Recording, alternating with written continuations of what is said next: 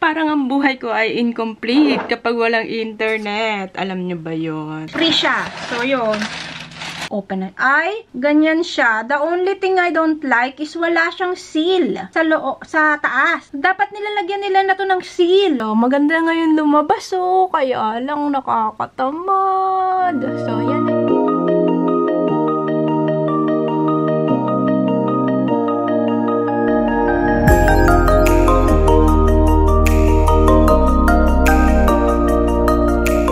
Gumawa na naman ako ng egg tart. Alam nyo naman, kailangan may egg tart lagi kasi favorite ni Pangit to. So, meron din akong ginawang apple wrap. Hindi ko siya na video. Siguro, next time na lang ako magagawa ng video neto kasi pinagsabay ko lang yung dough neto. And first time ko kasi to ginawa. So, 6 na piraso lang yung ginawa ko. Recipe ng dough neto is ito. So, first time ko to ginawa, kaya iti-testing ko muna, tsaka ako siya gagawa ng video next time. Pero ito ay apple wrap. Apple siya sa loob, tapos nirap ko lang siya netong dough. And bababa tayo kasi meron na kaming Christmas tree dun sa baba, sa labas.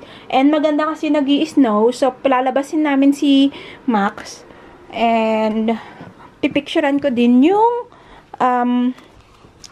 Christmas tree kasi maganda siya. Nandito tayo ngayon sa labas and medyo malakas ang hangin, maugong, so voice over na lang tayo. Ito rin yung Christmas tree. Nakita nyo naman, medyo nag-snow ng kaunti and mahangin rin siya. Nag-uulan siya na may halong snow. So nakikita nyo naman, nagiging white na rin yung sahig. And yeah, punta tayo dito sa may labas ng gate and para makita nyo kung gaano kadilim at ano lang yung makikita nyo, ang kadiliman ng kagubatan. And yeah, ayan lang. Dito naman kami sa labas, naglakad na rin kami. Binuksan din namin yung ilaw dun sa kalsada. May kausap lang si Pangit dun sa may gilid, yung kapitbahay namin. Wala rin naman ako sa inyo may pakita. Naglagay rin pala ako ng konting wheat dito sa gate. Para mukhang maganda. Hello guys! So, today is pupunta tayo sa Lopez. Maglo-Lopez time tayo dahil matagal na kami hindi nakakapunta ng Lopez. So, yung Lopez second hand store yon. Alam niyo naman dito sa Sweden, yun yung aking libangan, pumunta sa Lopez. Magtingin-tingin sa Asian store. Magtingin-tingin sa second hand store. And baka makakita ako doon ng Christmas decor. O, diba? Para meron kaming decoration sa labas. Alam nyo, malabo na siguro yung mata ko. Anyway, yun, pupunta tayo sa second hand store. Tignan nyo, sobrang ma-snow ngayon. And magtitingin, ang pala ngayon, 11 a.m. Can you imagine that? Usually, pag pumupunta kami ng Asian store yung naiisip ko.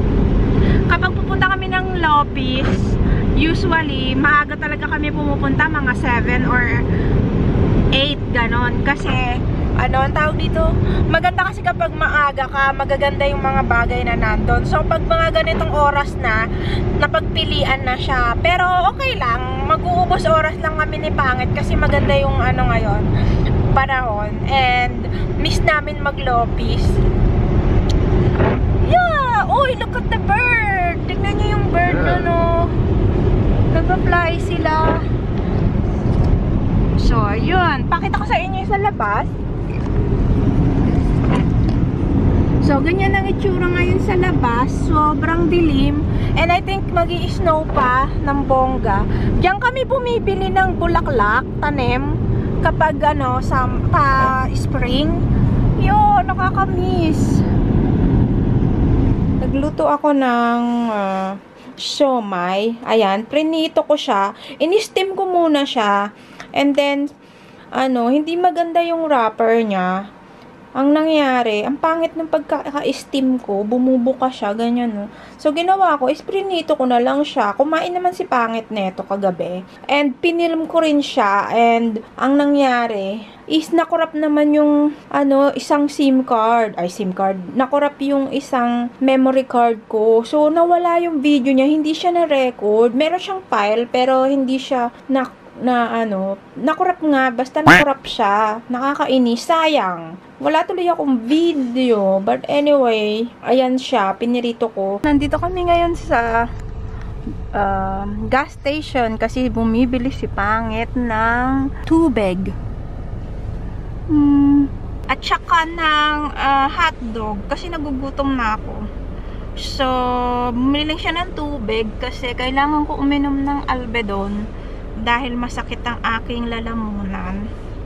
And, lalabas kami ngayon. Nandito lang kami sa gas station.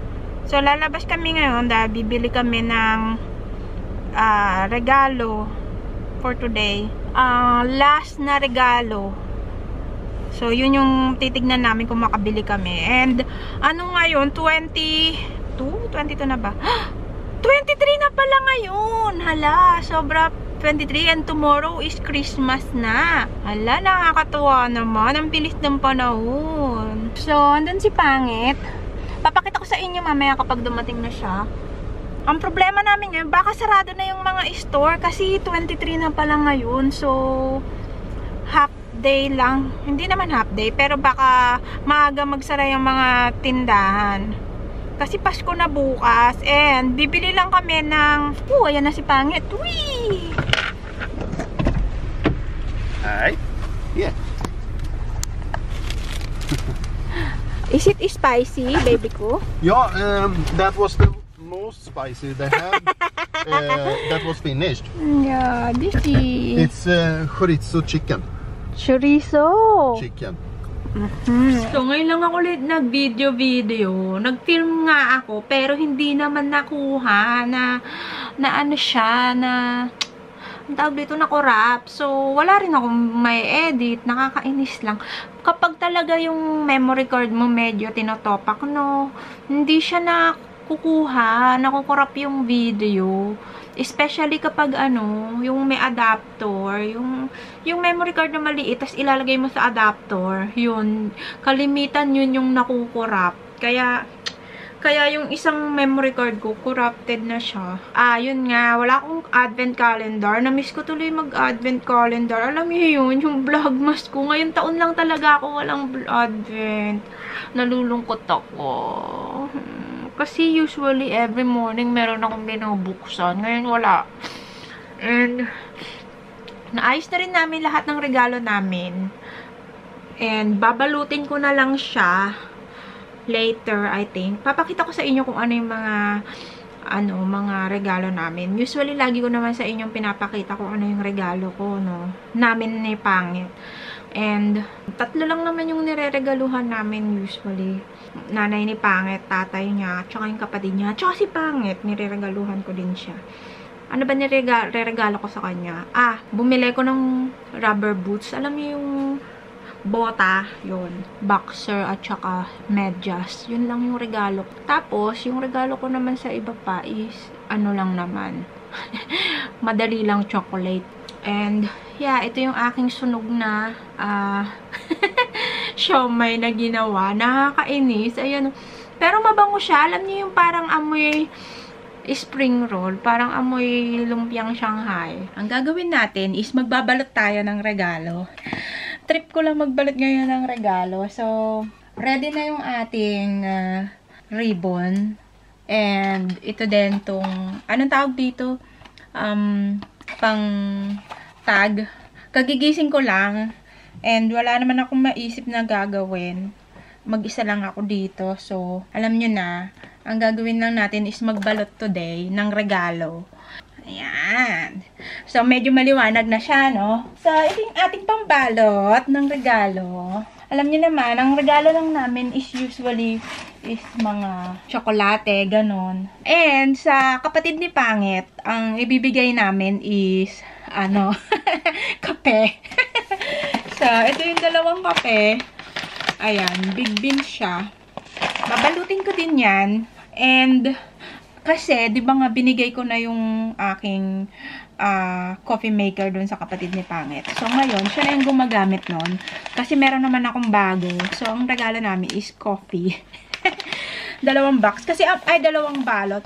Ang trip ko kasi sana is yung lagayan ng kape. Kaya lang, wala kaming mahanap na maganda. So, ito lang yung naisipan ko. So, yan yung ibibigay namin. Tsokolate. So, ito yung regalo ko kay Pangit. Ito yung regalo ko sa kanya. Dalawang ganito. White chocolate yan. Ganyan siya, oh. Nabibili siya sa grocery. Mura lang naman to. Okay lang naman kay Pangit kahit anong gift ko sa kanya. Ito naman yung sa Moderakan ni Pangit. So, para siyang kumot. Something. Pero maganda siya. So, alam niyo yun, parang kumot siya na ilalagay mo sa upuan. Ganon. And color white yung naisip namin. Tapos, ako naman, ito yung regalo ko sa tatay ni Pangit. Ayan. Ito. Ano siya? Tinapay siya, ganyan. Tapos may chocolate siya sa ilalim. So, maganda to. Masarap to. Nakatikim na ako ng ganito. Bumili rin ako ng ganito last time. Same din sa, sa kapatid niya, tsaka sa tatay niya. Ganito lang din yung re-regalo namin. Nakita nyo? Nivea siya na complete na pack. Meron siyang shower, deo, and ano ba ang tawag dito? Hand cream. So, ito yung nabibigay namin. Dalawa din yan. Ay, dalawa. So, 3. Ganyan din yung ireregalo ko kay Pangit. Hindi niya alam. So, 3 yun. Babalutin ko. Ito din. Regalo namin sa Moderakan niya. Tsokolate na orange. So, yan yung ibibigay namin. Same din. Puro ganito lang yung ibibigay namin. And tsokolate. You see? So, ngayon is, babalutin ko is yung tsokolate na lang muna siguro.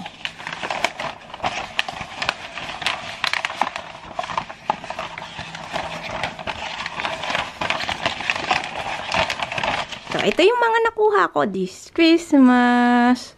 Nakakatuwa. Meron ako netong Nivea na isang set to. Tinanggal ko lang siya sa box. Just like that. Ito yung niregalo sa akin ni Pangit. Sobrang cute nito. Lalagayan siya ng mga cheese like that.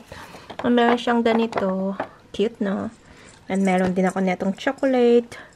Ay, ito maganda din to. Itong pang sushi, di ba? Meron siyang kasamang chopsticks and din lagayan ng sauce. And itong parang plate. This one is so cute. Taran! O, di ba? Regalo sa akin to nung nanay at tatay ni Pangit. Kasama neto, ito din. Regalo sa akin to nung nanay ni Pangit. Tignan niyo.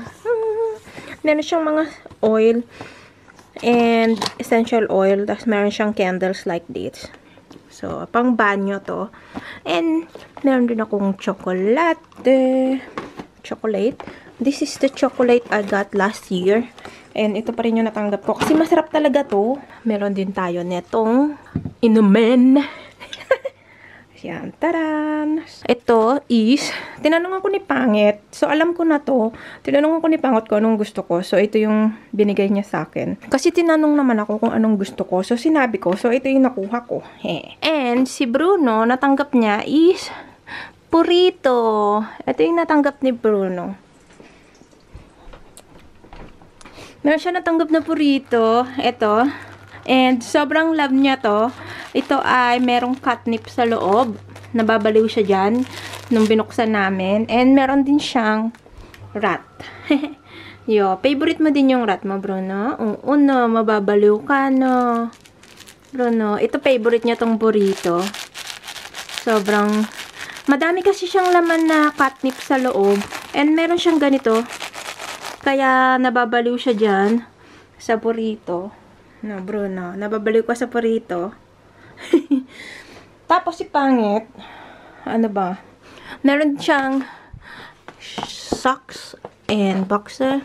Ako nagregalo nito. And ito din. Meron din siyang chocolate at saka ano pa ba. Ayan, nababaliw na siya. Nagsisimula na siyang mapraning sa catnip niya. So, yun lang. Yung nakuha natin for today. Na din, matutulog na kami ni Pangit. Busog na busog pa ako. And hindi ko alam kung